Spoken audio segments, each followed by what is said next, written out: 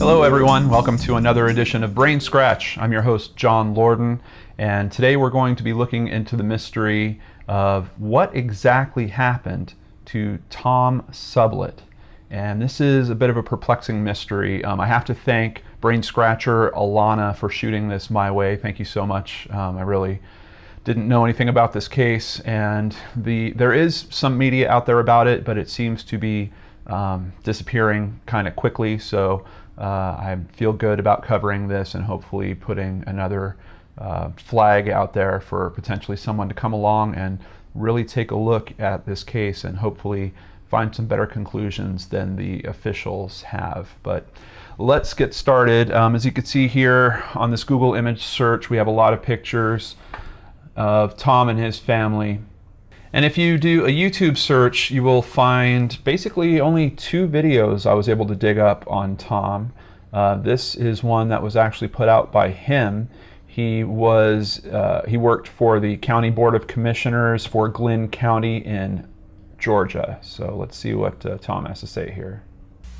Hello, I'm Tom Sublett, Chairman of Glynn County Commission for 2011. Happy New Year to everybody. I hope 2011 is a lot better than 2010. As we begin the second decade of the 21st century, I think we must acknowledge the first decade was a little bit like a roller coaster ride. Unfortunately, the roller coaster ride gets a little more twisty. Tom met the end of his life a year after this was filmed in December of 2012 under some very strange circumstances. The second YouTube clip I was able to find on this is from Headline News, and they have some information about how he was found. He says that Thomas was actually bound in the front with some kind of rope or some kind of apparatus, that he was bound, he was shot in the side of the head, and that he was shot on the deck of the marina and then fell straight into the water. Now, police have actually been out there with lots of dive teams, boating crews, deputies. They still have not actually recovered a gun, but he does tell me a 9mm gun was involved, and police have not recovered it. And again, so a couple of very important pieces come up there. According to research I've done on other news articles about this, he was bound with what appeared to be black zip ties, and there's some other stuff found in his car we're going to get into. But hands bound in the front, gunshot wound to the left side of his head, apparently somewhere around his left ear, and it appears that his body was then either pushed or fell into a river. Let's take a look at a Google map real quick so we can get a bit of a sense of what's going on here. Here we can see we're looking at the state of Georgia, and we're looking at its east coast. If we go ahead and zoom in, we have what is known as St. Simon's Island here, and right where this indicator is for St. Simon's Marina, that's actually where he was found. And if we go way in, you can see what the marina looks like from above here.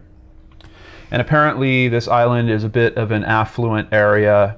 It seems that people with some political clout or people that have done pretty well in terms of finances live in this area.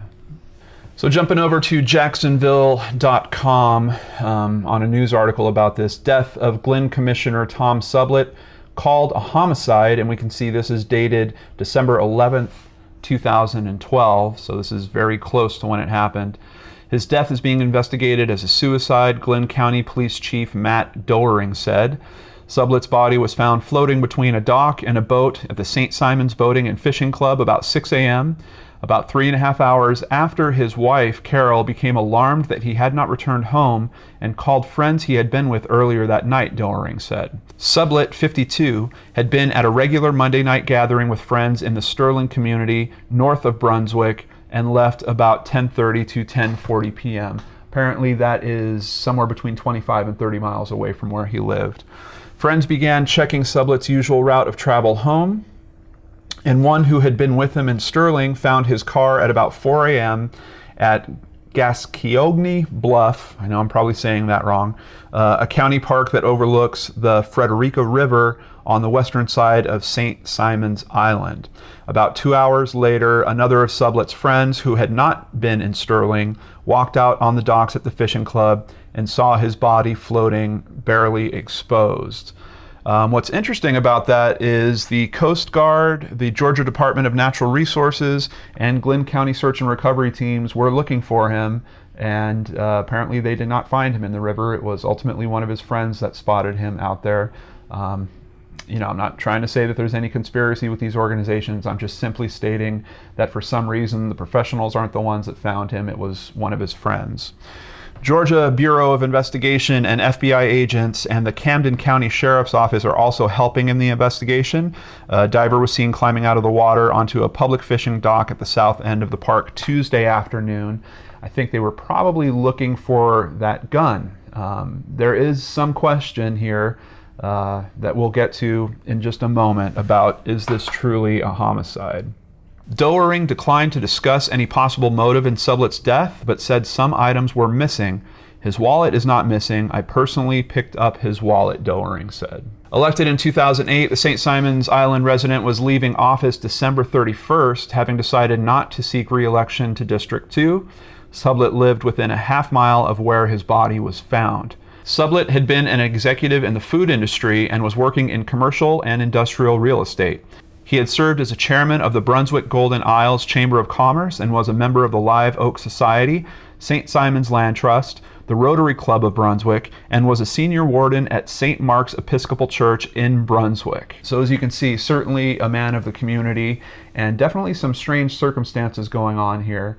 Robbery can be pretty much ruled out as a motive because they found his wallet. Apparently his credit cards were all still in it, and it was found on his person. But outside of that, it's just nagging at me about this gun.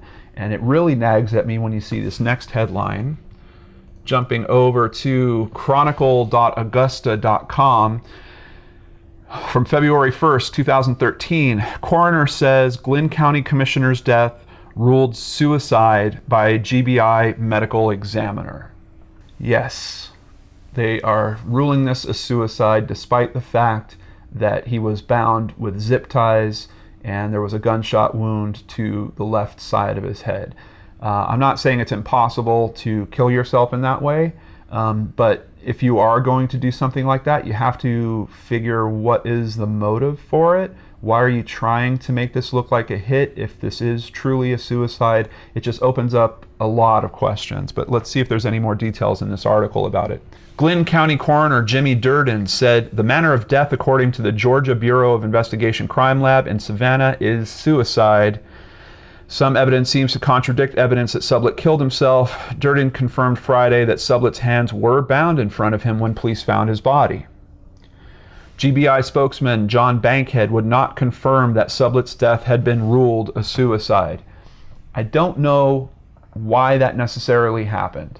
It seems to me that if you have people from the medical examiner and the coroner that are stating that this was confirmed as a suicide in terms of their expertise, why is a spokesperson for the Bureau not basically agreeing with that statement or supporting that statement in some way? A list of other evidence gathered included a holster found in the front of Sublett's car and a magazine loaded with 9mm ammunition in the center console. In the back seat, police found 2 empty prescription bottles. I found in another article that one of the prescriptions was for him and apparently the other one might have been for his wife. Police also recovered 5 black zip tie straps from the scene, according to the police report, but authorities have declined to give further details. So very strange set of circumstances here. You have him going to a regular event where he is meeting up with friends of his. He's going to be retiring from his post within 2 weeks. He was doing that supposedly because he wanted to get back to having more family time and focusing on his real estate business. I think that's a pretty acceptable reason. There didn't seem to be any trace that I could find of him having a particular problem being in that county commissioner's position, though he was a little bit controversial on a few decisions, and we'll talk about those in a moment. But he spends time playing poker, drives one of his friends back to their car so that they can leave, and then for some reason on his way home, he stops just a half-mile shy of home. And the question in my mind at this point is, did he stop there to meet up with someone? Did he stop there of his own accord because he was indeed going to commit suicide? That is truly the big question in this mystery up to this point. Jumping over to CNN.com, they actually have a transcript from that video that we watched earlier. Unfortunately, the video is incomplete, but the transcript is totally complete. So there's a few more details that shook out in this conversation that I wanted to share with you. Here we have the host asking, was he involved in any controversial decisions where he was, let's say, the deciding vote on something that was controversial? And she's speaking to a local reporter who says, actually, yes, Jane, I was talking to that same business owner. She says there has been an ongoing dispute over a rezoning issue, trying to take a plot of land that is now residential and make it commercial. Apparently, Sublett has been very against that and has been very vocal about that. She tells me the last commission meeting actually got pretty heated over that subject. She even called him, wanting to voice her concerns over the matter, and he stood very firm, saying that he's opposed to that. So we do have what seems to be at least one controversial topic that might have created some potential enemies for him, but there might also be another. Let's keep looking through this. He was also involved in another huge dispute down there about building a new jail and his support for building a new jail that caused a lot of criticism of him. Now, I did find some other information on this jail. It was really about the placement of where this jail was going to be. They did wind up building a jail, but not in the location that people originally were asking to build it in. So the main dispute that he was bringing up, from what I understand, was simply that the jail location had to be in a different part of the county. But from what I can see, that jail did get built. So I really don't know if that's enough. The first issue sounds a bit heavier in terms of there being some big motive for money. I mean, if you're converting residential over into commercial land, there's a lot of money that can be made if they're building, for example, multi-story buildings. There's all kinds of different things that could really increase how much that land is worth as opposed to just having houses on it. So that topic, for me, feels a little bit stronger than picking a place for a jail to be built. And they also discussed what items might they be looking for that are missing from the man, and she's talking to a private investigator here. He says, well, he might have had some documents from his job. He might have had some proposals. He might have had, again, the cell phone is important, maybe the cell phone. I understand his wallet was intact. And I would say this would be a professional hit because they're not going to find the gun. Whoever did it is probably professional, took it with them. And this raises a very key question here because I didn't even really consider a cell phone. Where is this guy's cell phone? Obviously, they didn't find it in the car. They didn't find it on his person. Is there some reason why the cell phone was taken? Did it have some type of information on it? Or maybe he was communicating with a person that had done him harm and that's why they took the cell phone. But if this was truly just a case of suicide, I think the cell phone would probably have been recovered. And now you can also discuss the fact that perhaps the cell phone and gun fell into the river with him. Maybe they got washed away in some way.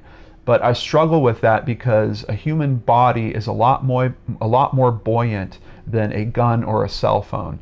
And I would figure that a human body is more likely to be carried by tide because it's actually floating on top of the water, at least for a few days. And then the gun and the cell phone would likely sink to the bottom. And I think, especially the gun, there's a bit of weight but behind the mass of a gun. I think that would have been found. So it really, I'm kind of siding with the private investigator here. This feels like potentially a hit to me. The question is the motivation for him, well, for this to have happened if it was a hit. But really that big question, why did he stop at this location? Was he planning on meeting with someone? Was this a regular thing maybe that he had done where he was meeting with someone at this location that was only a half mile away from his house? It's very, very curious. I have not found any information really about the cell phone. Quite honestly, the GBI is being very tight-lipped about this case, which is a little bit strange. We're going to talk about why that's a bit strange as we go into this a little bit more. But I don't know if they have done any types of checking for pings or checking for his cell phone activity to see what was going on that night. I couldn't find any public information about that, unfortunately. And here we can see at dailymail.co.uk, man found dead at the bottom of a lake with a gunshot wound to his head and his hands tied together and coroner rules it a suicide. And especially when it's phrased like that, it certainly does sound absurd. An attorney for Sublett's family said his wife and other relatives, quote, strongly disagree with any finding that he killed himself after leaving a poker game with friends. There's no history or even a notion of depression in Tom Sublett. There's no alcohol abuse or drug abuse, Johnson said. He was living his life in a normal way and proceeding with the normal daily activities and holiday season activities at the time this happened. Once again, GBI spokesman John Bankhead would not confirm that Sublett's death had been ruled a suicide. The investigation by the agents is still ongoing, Bankhead said. They've still got some other items to look into. We don't want to get into the specifics at this point. So at least we get a little bit of a comment from Mr. Bankhead now, but now I'm very curious because does the Bureau actually believe this is a suicide or not? I don't understand what you would have to look into further if your ruling is, hey, this is just a suicide. To me, that feels like case closed. But here we see that these people are essentially saying this is an ongoing investigation. Now, I can tell you, in terms of the media around this, that comment is about the last official status that we get about this case. No one ever comes back and says, the case is officially closed, we have ruled it a suicide, and that's that. It is left in this kind of weird, open-ended state. And quite honestly, to me, that just smells a little suspicious. Johnson, the Sublett family's attorney, said relatives knew of no financial stress that might have caused Sublett to harm himself. He said the family feared the medical examiner's findings would prompt investigators to close the case prematurely. It seems like that certainly didn't happen, but like I said, there's no other information, so I think it's almost worse sometimes when a case is left open in an indefinite state, because that gives law enforcement a reason to hold on to those files and not release them publicly. And quite honestly, if they're not really engaged with solving that case, I think that is horrible for the family to have to go through with all those unanswered questions and law enforcement just saying, well, the case is still open, so we really can't give you all the details that we know. And unfortunately, I see that happen in cases a little bit too often. So, what about the family trying to contest the suicide ruling? We jump over to the BrunswickNews.com. Sublett family won't contest suicide ruling. His family is more convinced than ever he did not commit suicide, as a state medical examiner determined. Mark Johnson, a lawyer representing the Sublett family, said an independent forensic pathologist was hired to look at the autopsy report because the family has never agreed with the determination by a Georgia Bureau of Investigation medical examiner that Sublett, 52, committed suicide. Nevertheless, the family has decided not to challenge the conclusion in a public coroner's inquest, Johnson said Wednesday. The family doesn't give an official reason here. Their lawyer seems to assume that it's because they came to the conclusion that doing this is not going to bring Tom back. My personal feeling about it is maybe they're detecting that something in this case is a bit unfair, and they would have to push against significant powers to be able to overcome this. It feels to me like there is some level of coordination to make this case go away. So I guess if I am suggesting any type of conspiracy theory in this, not that the law enforcement had anything to do with his demise, I'm not suggesting that, but I am suggesting that there is a very comfortable process that I've recognized through the many different cases I've reviewed, where occasionally law enforcement will find this kind of catch where they can say this case is still being investigated, so we can't release this information, but our determination is that it's looking like suicide. It's really leaving this case in almost this frozen state. So I wanted to look into John Bankhead a little bit just to see if there might be any reason why he had a bit of a different opinion or why he was deferring his comments about this case. And we see here on a Facebook page that was posted March 1st of 2013, we're talking only a few months after the demise of Tom, that John Bankhead was honored in the House basically for his retirement. So John Bankhead is no longer spokesperson for the GBI. Conveniently, one of the only people that was commenting on the case in the media is now no longer doing that job. I have not found any information by the person who stepped into that role about this case whatsoever. Now there is also the coroner. I was thinking, the coroner spoke about this case publicly. Maybe there's some other information about the coroner out there. And I bumped into this. Longtime Glynn County Coroner Jimmy Durden dies after short illness. And this was posted November 13th, 2013. Does not go into what the illness is, but here we hit another end block, basically another spot we can't go past, because a person that was not only commenting on the case, but responsible for how this case was being processed is no longer in that position, but it's also because he's dead. Does that feel just a little suspicious to you guys, or is it just me? There's something about this that really kind of hits me the wrong way. I've also bumped into some other information, particularly about coroners in Georgia. This is from myagc.com.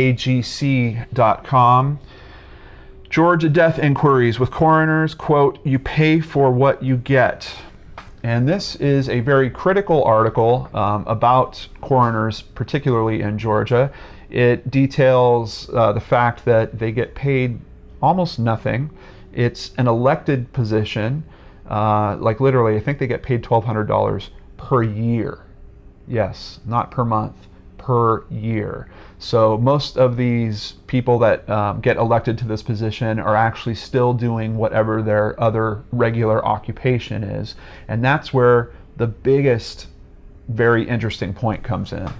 Georgia's prerequisites for coroner. A coroner must be at least 25 years old, registered to vote, and in possession of a high school diploma, period. That's it. So Georgia's coroners are grocers, nurses and morticians, farmers, pastors and hairdressers, plumbers, teachers, and handymen. In one county, the coroner is a boat motor mechanic. In another, it's the owner of a shooting range. Of Georgia's 154 coroners, one is a physician. Really, really interesting. I did not realize that it would be so easy to be a coroner anywhere. But when you consider the pay grade that's going with this job, it kind of makes sense to me that they would have to open up the qualifications a bit, but this seems ridiculously open. Now there's one other little tidbit of information in this article I want to share with you guys, particularly about suicide rulings.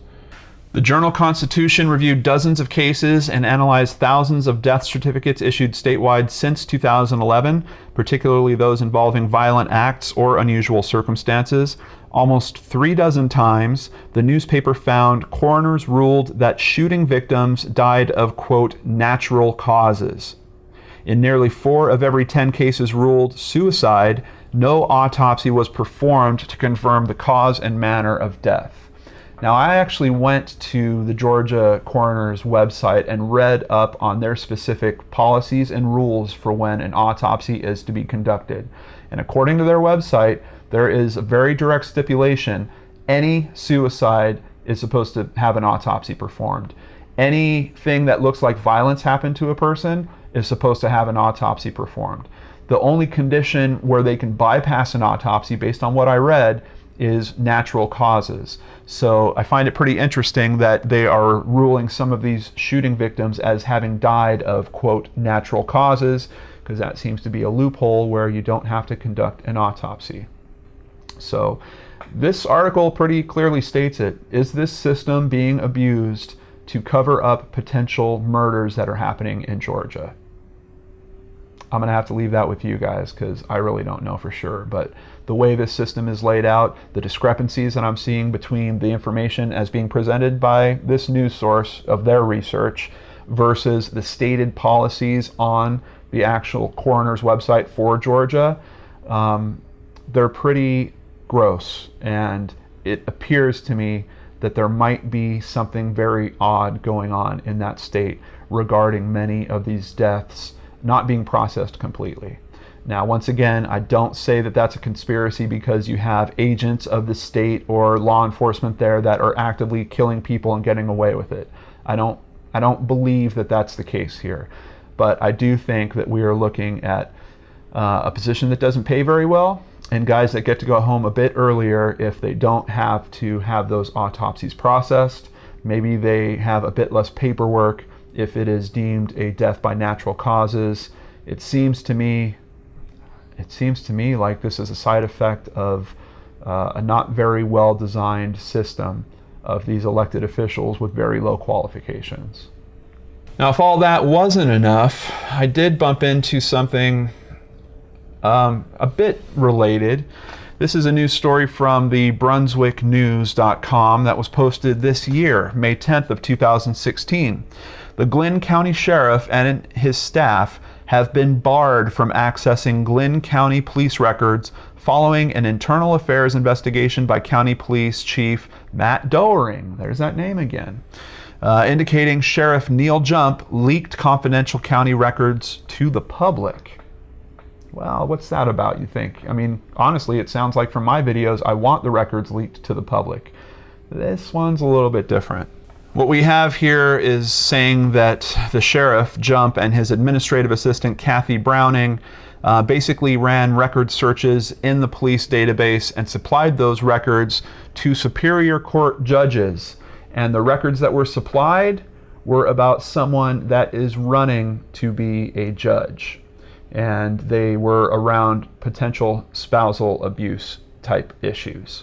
Now, that case, from what I understand, was not concluded. These were investigative documents that were sent to these judges, and this is not in an official capacity. Kind of feels like they were digging up dirt on someone that might potentially be trying to take one of their jobs, and it kind of seems wrong to me because you had the judges hit a little bit of a side door to that information. I'm sure these judges had contacts at the proper county police department where they could have requested these records, but this does not seem like a proper records request, so they contacted their buddy over in the sheriff's department who happened to have access to those police records and got them through him.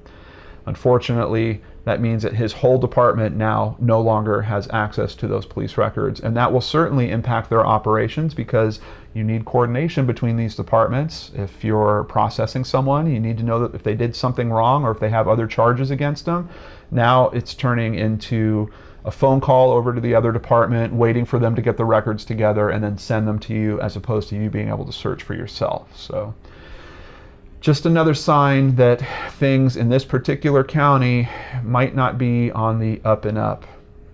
And it seems like they need some heavy reform there pretty quickly. But back to our core question, what happened to Tom Sublett? Is there some type of, I don't want to say the word, but I have to, is there some type of conspiracy going on here to cover up what truly happened to this man? Is it a homicide? Is it simply a very strange suicide where he was trying to make it look like a homicide, which I have found no information to support that he was in any kind of strange, altered mental state. We know that he was hanging out with friends that evening. I'm pretty sure that they would have had some comments from those people if he was acting strange that night or saying strange things. None of that is around this case whatsoever. It is a very hard to understand passing of someone that seemed to be very active in his community, was pretty much liked by a lot of his peers, but maybe somewhere he had some really bad enemies, and quite possibly one of them is the thing that got to him in the end. But I don't know, Brain Scratchers. This is where I turn it over to you. Please use the links in the description box below so you can review all this information for yourself. Let me know if I missed anything in it. If you're able to dig up any more information on this, I would really appreciate it if you also put it with links in the comments below so the rest of us can review it. And my heart really goes out to Tom's family. He had children and grandchildren that are left behind. And I don't know that I can blame his family for really not pushing farther into this. Just from the articles that we've talked about here, just from a very brief look into this county as an outsider of it, it seems to me like there are certain types of corruption going on there that might scare certain people to be silent. And I don't know how you deal with that when you're dealing with a loss like this. It just really, it gets me. So that's it for this Brain Scratch. Thank you so much for joining me. I really appreciate each and every one of you out there. We are now well over 14,000 subscribers. It makes me feel great as this subscriber base grows and grows and grows, because I know we will bring more exposure to cases just like this, and I am extremely hopeful someday that BrainScratch or one of my other shows has something to do with making some big changes, maybe in a case kind of like this where there's some very strange stuff going on. But I can't do it without you guys, so thank you all so much. I'll catch you on the next show on the Geek and Dorks channel. I hope you have a great weekend. Take care, everyone.